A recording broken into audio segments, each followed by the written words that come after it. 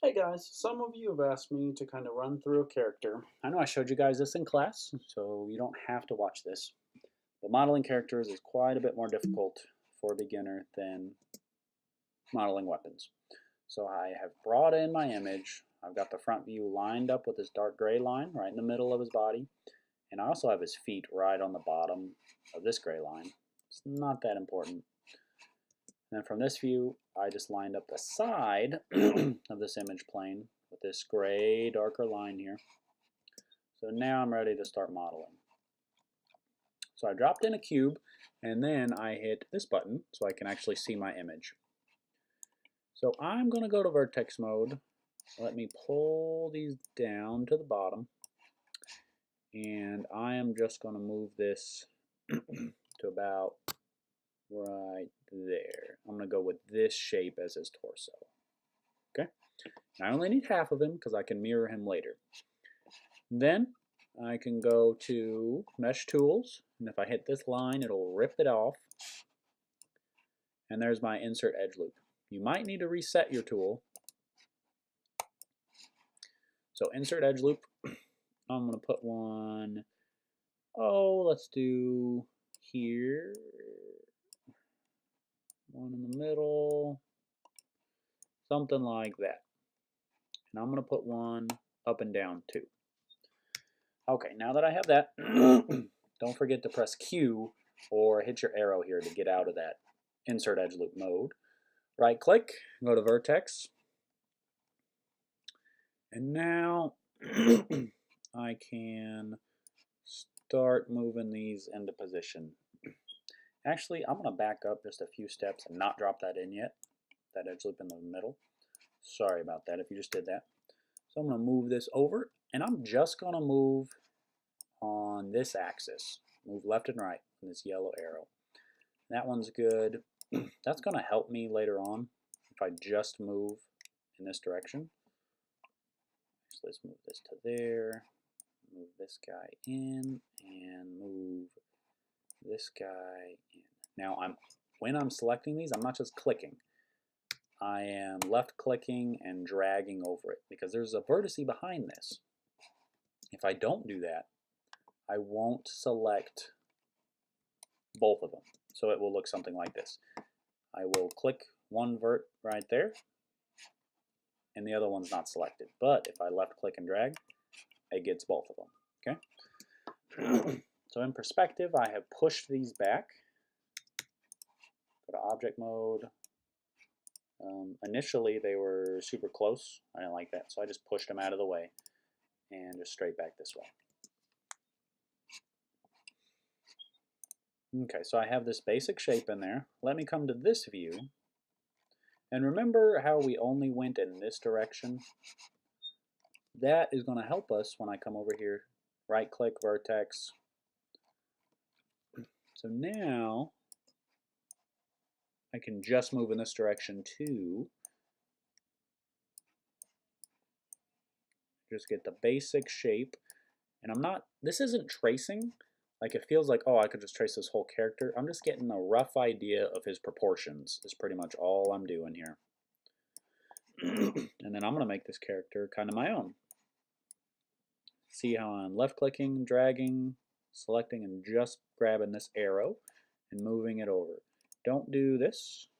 You can, but for now I'm just using this direction. A little bit tedious, but if you get off to a good start, the rest of it is just a lot easier. If you get off to a rough start, it's kind of difficult to fix things.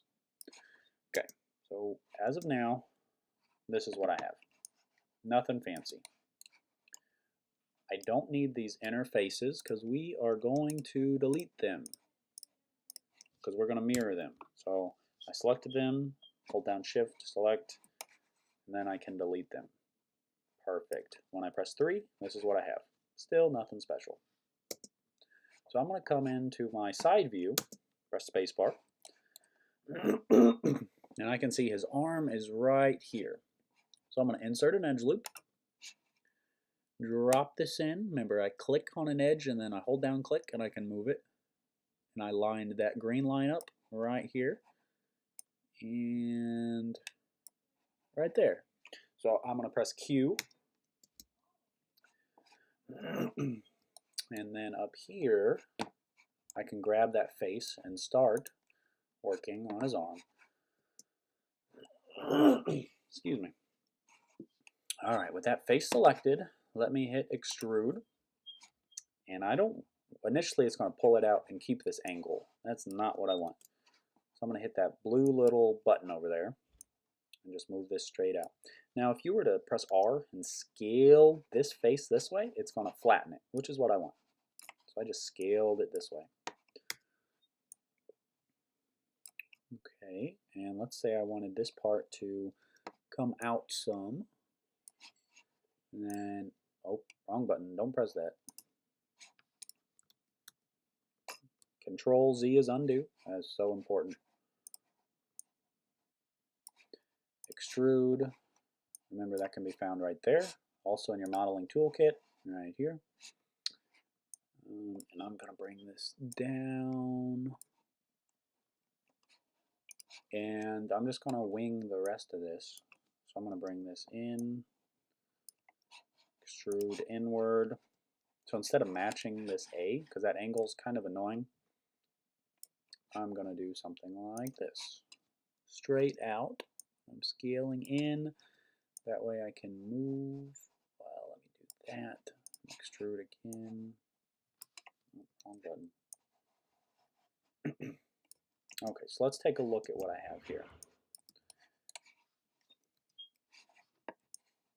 So I extruded it out, scaled it down, pushed it back in. That way I could pretend like it's a separate part, but really it's all one piece.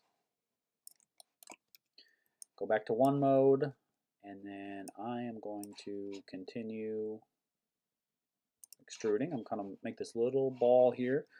So I'm going to scale it out, but you can't just scale. Notice how it looks really bad, so I'm going to move it slightly. G as in golf does the same action again, so that would extrude for me. And that's a little big. R to scale. Scale this down. Press 3 to check it. Oh yeah, that's not bad. Maybe I say, ooh, I want to keep this edge hard, and I can do that by insert edge loop. Don't go crazy with this, but I know this is a robot, so he is going to have some hard edges. Okay, so right now, adding those edge loops, made a little crease there. Made it a little bit hard. Let's go to object mode, and back to face mode. And let me extrude again. And let's pull, no, let me scale it inward.